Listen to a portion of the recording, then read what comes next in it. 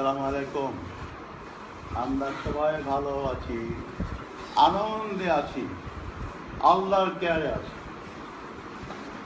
আল্লাহ তার কেয়ারে থেকে তার কোনো ভয় না, কি বলো?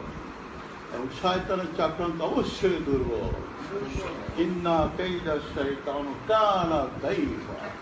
ইনশাআল্লাহ শয়তান পরাজিত হইবে, আল্লাহ বিজয়ী হবে ইনশাআল্লাহ। নিঃসন্দেহে ইবলিসের চক্রান্ত আল্লাহ বাংলাদেশকে মুশরিকদের গোলাম করে দেবেন না ইনশাআল্লাহ। আল্লাহ আমাদের পরীক্ষা করছেন, হাত্তা জুলজুল হাত্তা ইয়াকুল রাসূলা মাতা নাসরুল্লাহ আলা ইন্না নাসরুল্লাহ কারীব।